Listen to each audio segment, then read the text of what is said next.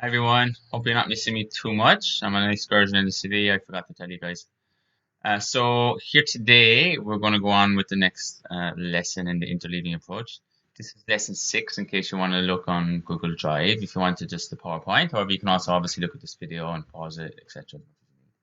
Today's lesson goal is can you use mathematical processes to solve linear equations for an unknown? So for APK, what's the inverse operation to the following? So the inverse is the opposite operation to the following. I'll just give you a moment to do that. Once you're finished doing that, maybe call out some answers to your teacher, etc.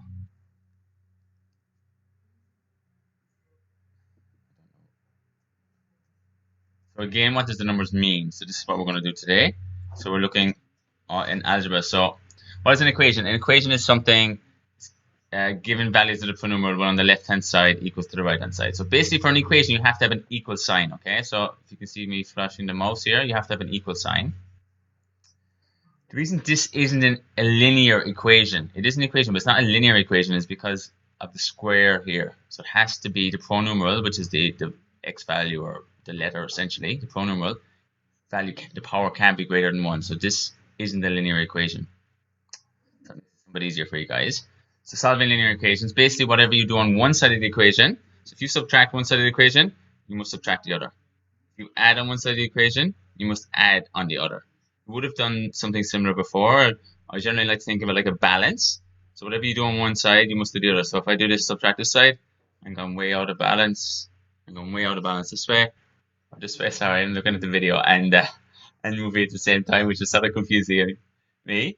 And so I have to do this and it'll come back in balance. Whereas if I add up here, I'm going to go tip over this way. And if I add up here, it's going to balance out. So I need to do the same thing, both sides. Here, so let's go. We got some questions. So worked example. So solve the following linear equation. Okay, so you got 4x plus 5 equals 17. So what we're looking for is x. So what we want to try and do is get x by itself.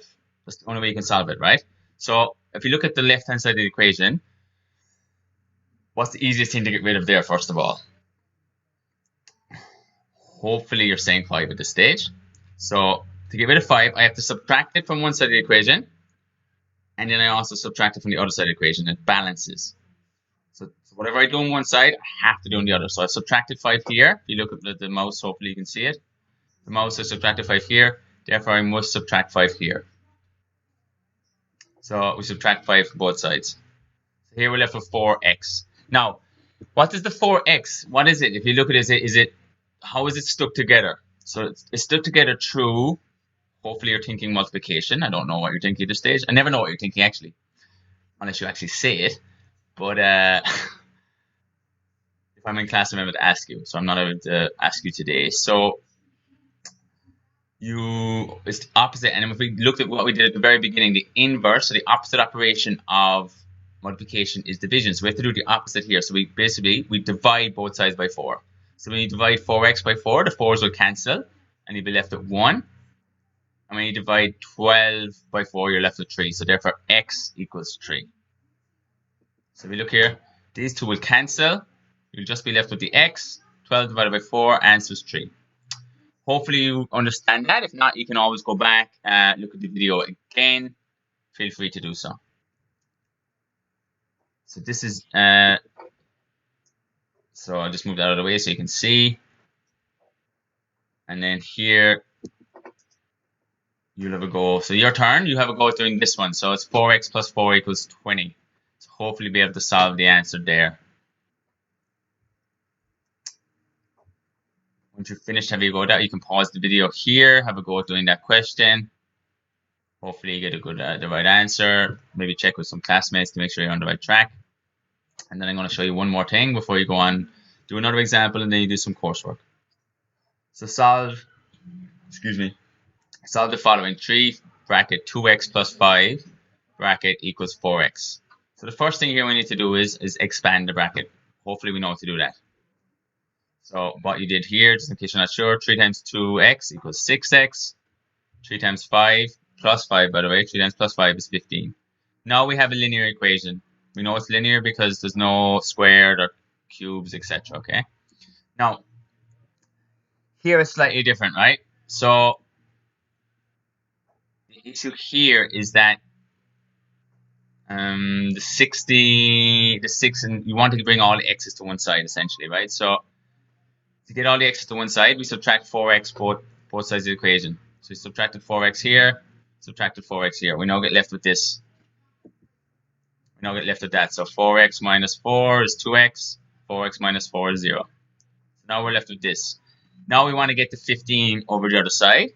So to get to 15 over the other side, you subtract 15 from both sides. There is a faster way of doing this. You could just bring 15 across and change the sign to minus 15. But if that confuses you, you can always ask me next day in class. This is a very straightforward method. It's about balancing. But if you can do it in your head, you can do it in your head. We can always talk about this the next day in class. Anyway. So here now you've got 2x equals 15. And again, this is the exact same last step as last time. So the 2x is multiplied together. So the opposite, the inverse operation of multiplication is division. So divide both sides by 2. The 2's will cancel on the left-hand side. And you're left with x equals 15 over 2 or 7.5 if you wish. Or 7.5 if you wish. Again, you feel free to look at this video as many times as you need.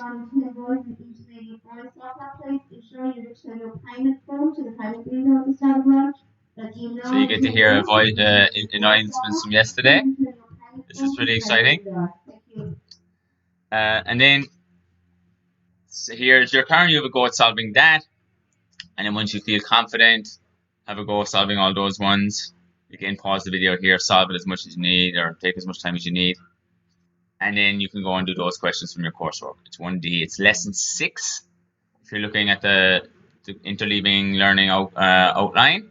And then obviously you can find the PowerPoint itself on the Google Drive. And then you can find the video by following the link and going to the YouTube page. So have a lovely day. See you next time. Bye-bye.